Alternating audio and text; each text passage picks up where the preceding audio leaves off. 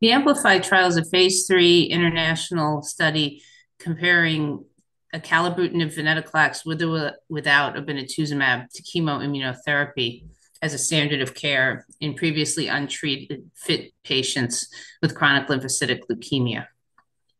It's designed as potentially a registration trial for the combination of the second generation BTK inhibitor acalabrutinib with venetoclax, which would be the first such regimen that to become available.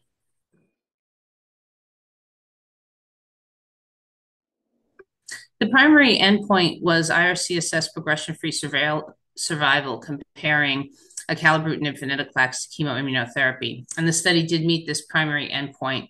The estimated 3-year progression-free survival with AV was 76% compared to 66% for chemo.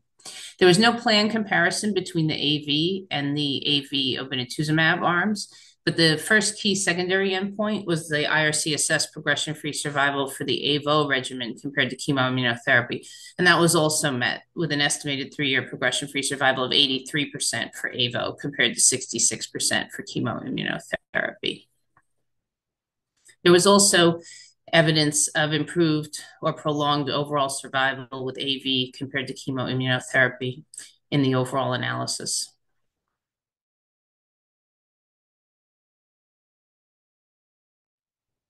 So the AV regimen, in addition to being highly effective, was also very well tolerated. The serious adverse events were rare. The most common side effect was neutropenia, but that was generally manageable, and febrile neutropenia was rare. Cardiovascular events were also uncommon. It's a 14-month regimen, so it's time limited, and so there is less opportunity for cardiac events that we've seen with continuous administration. So the results are quite exciting because the AV regimen, I think, is something that we can give to most of our CLL patients pretty easily once it's available.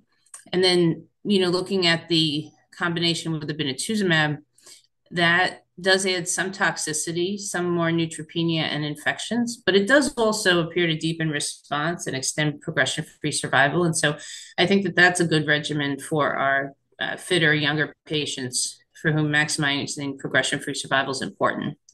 And of course, the overall overarching benefit of the study is that it will hopefully lead to FDA, EMA, and international approvals for acalabrutinib venetoclax with or without obinutuzumab as a frontline regimen for CLL patients.